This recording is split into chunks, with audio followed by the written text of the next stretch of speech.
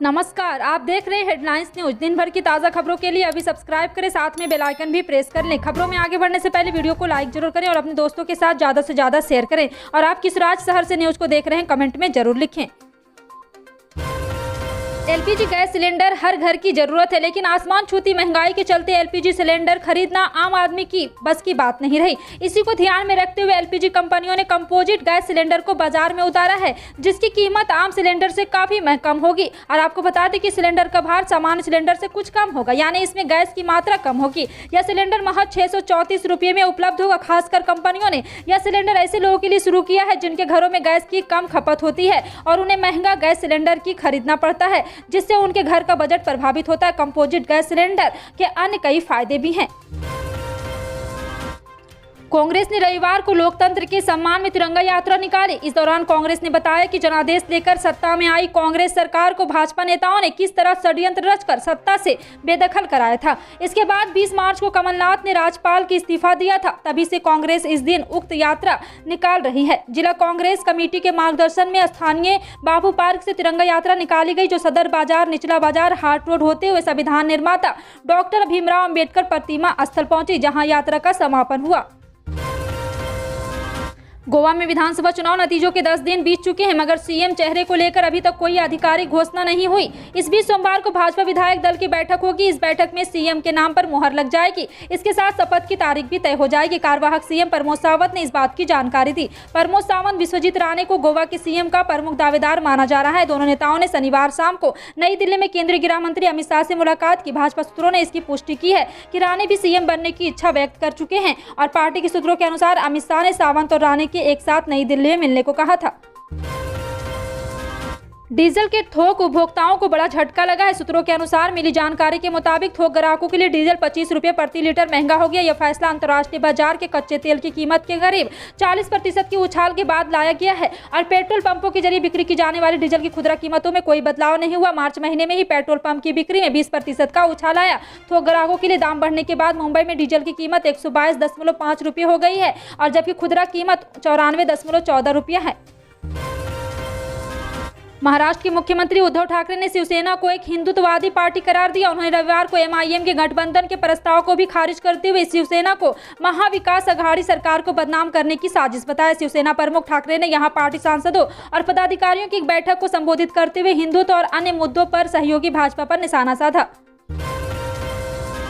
प्रधानमंत्री नरेंद्र मोदी और ऑस्ट्रेलियाई पीएम स्कॉट मॉरिसन सोमवार को दूसरी भारत ऑस्ट्रेलिया वर्चुअल शिखर वार्ता करेंगे। इस बैठक में दोनों देशों के बीच विभिन्न क्षेत्रों में सहयोग बढ़ाने इसके लिए एक नया रास्ता तय करने पर चर्चा हो सकती है। बता दें कि दोनों नेता इस वार्ता के दौरान व्यापक रणनीतिक साझेदारी के तहत विभिन्न पहलुओं पर हुई प्रगति की समीक्षा भी कर सकते हैं। पाकिस्तान के नेशनल असेंबली के अध्यक्ष असद कैसर ने प्रधानमंत्री इमरान खान के खिलाफ अविश्वास प्रस्ताव लाने के लिए 25 मार्च को संसद सत्र बुलाने की घोषणा की है। पाकिस्तान मुस्लिम लीग नवाज और पाकिस्तान पीपुल्स पार्टी के लगभग 100 सांसदों ने 8 मार्च को नेशनल असेंबली सचिवालय के समक्ष अविश्वास प्रस्ताव पेश किया था, जिसमें आरोप लगाया गया कि इमरान खान के नेतृत्व वाली सरकार देश में आर्थिक संकट और बढ़ती मुद्रास्फीति के लिए जिम्मेदार है।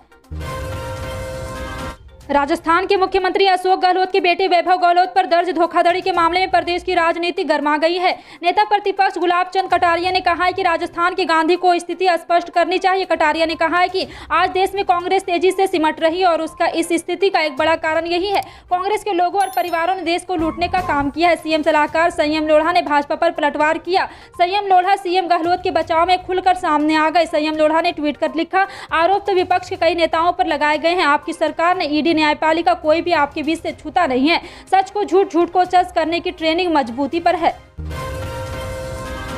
एक साथ फोर्स सिस्टम एक्टिव होने से हवाओं के रुख और तापमान में लगातार उतार चढ़ाव हो रहा। इसी परिवर्तन के चलते मध्य प्रदेश के कई जिलों में लू का असर देखने को मिल रहा है। एमपी मौसम विभाग ने आज 20 मार्च को 2022 रविवार को कई जिलों में लू चलने के चलते येलो अलर्ट जारी किया है। वहीं 14 किलोमीटर प्रति घंटा की रफ्तार से हवा चलने की संभावना जताई। इस महीने के अंत में तापमान में एक बार फिर बढ़ोतरी देखने को मिलेगी।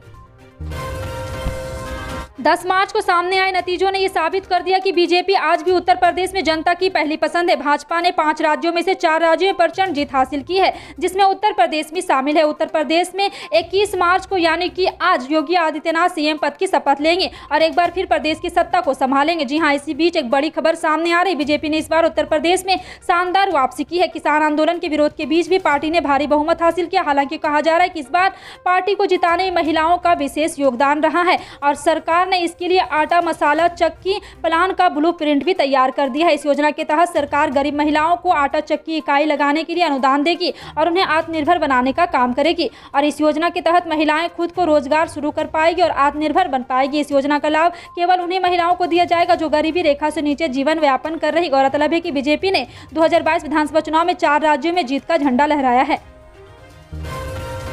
बिहार की बौछार विधानसभा के लिए 12 अप्रैल को होने वाले उपचुनाव के लिए एनडीए में सहयोगी और नीतीश सरकार के मंत्री मुकेश साहनी ने बीजेपी के खिलाफ चक्रव्यूह रचने का प्लान बना लिया है।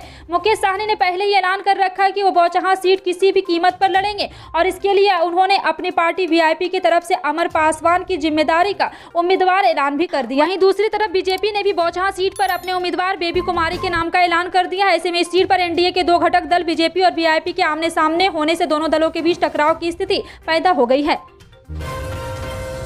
मणिपुर में बीजेपी विधायक दल की बैठक में एन बीरेन सिंह को विधायक दल का नेता चुना गया। बीरेन सिंह जल्द ही राज्यपाल से मिलकर सरकार बनाने का दावा पेश करेगी। यह लगातार दूसरी बार होगा जब बीरेन सिंह मुख्यमंत्री बनेंगे। रविवार को हुई बीजेपी विधायक की बैठक में केंद्रीय पर्यवेक्षक निर्मला सीतारमण और सह पर्यवेक्षक किरण रिजिजू मौजूद थे। बैठक में बीरेन सिंह को विधायक दल का नेता चुने जाने के बाद वित्त मंत्री निर्मला सीतारमण ने कहा, यह सभी द्वारा सर्वसम्मति से लिया गया एक अच्छा निर्णय है। दिल्ली के जामिया मिलिया इस्लामिया विश्वविद्यालय के कुलपति प्रोफेसर नजमा अख्तर को 21 मार्च को पद्मश्री पुरस्कार से नवाजा जाएगा। राष्ट्रपति रामनाथ कोविंद उन्हें देश के 4थे सर्वोच्च नागरिक पुरस्कार से सम्मानित करेंगे। भारत सरकार ने उन्हें साहित्य और शिक्षा के क्षेत्र में उनके अमूल्य योगदान के लिए अवार्ड देने का निर्णय लिया है। देश में शैक्षिक प्रशासक तैयार करने के लिए इलाहाबाद से पहले प्रदेश स्तर के प्रबंधन संस्थान को स्थापित और सफलतापूर्वक विकसित करने में भी इनका अहम योगदान रहा। उनके नेतृत्व में जामिया मिलिया इस्लामिया विश्वविद्यालय ने भारत सरकार के राष्ट्रीय संस्थागत रैंकिंग फ्रेमवर्क में 6वां रैंक हासिल किया है। विश्वविद्यालय ने वर्ष 2019 से 20 में शिक्षा मंत्रालय द्वारा किए गए प्रदर्शन मूल्यांकन में सभी केंद्रीय विश्वविद्यालय के बीच 95.23% अंक हासिल कर उत्कृष्ट प्रदर्शन किया है। उत्तर प्रदेश में हाल ही में संपन्न विधानसभा चुनाव में धूम मचाने वाली छोटी पार्टियां अब बड़े दल खासकर बीजेपी से सौदेबाजी कर रही है। बीजेपी के साथ लड़कर 12 सीटें जीतने वाले अपना दल जहां 4 मंत्री पद की मांग कर अड़ी है, वहीं 6 सीटें जीतने वाले निषाद पार्टी प्रमुख संजय निषाद ने डिप्टी सीएम की ही मांग कर दी है। उधर सपा के साथ अड़ने वाले और यहां आपको बता दें कि लगातार छोटे दल बीजेपी का जीना हराम करे। दरअसल उत्तर प्रदेश में जाति आधारित और सीमित प्रभाव वाले इन छोटे दलों ने भारतीय जनता पार्टी और समाजवादी पार्टी के साथ गठबंधन में चुनाव लड़ा था। समाजवादी पार्टी ने उत्तर प्रदेश विधानसभा चुनाव 2022 के लिए 36 उम्मीदवारों के नाम की सूची जारी कर दी। समाजवादी पार्टी के राष्ट्रीय अध्यक्ष अखिलेश यादव की अध्यक्षता में प्रत्याशियों के नाम तय होने के बाद प्रथम चरण के 30 और दूसरे चरण के 6 प्रत्याशियों की सूची जारी कर दी गई है। समाजवादी पार्टी के लिस्ट के अनुसार यूपी विधानसभा चुनाव में गठबंधन सहयोगी रहे आरएलडी को एमएलसी चुनाव लड़ने के लिए 2 सीटें दी गई। बुलंदशहर, मेरठ, गाजियाबाद स्थानीय प्राधिकारी सीट से आरएलडी के उम्मीदवार चुनाव लड़ेंगे।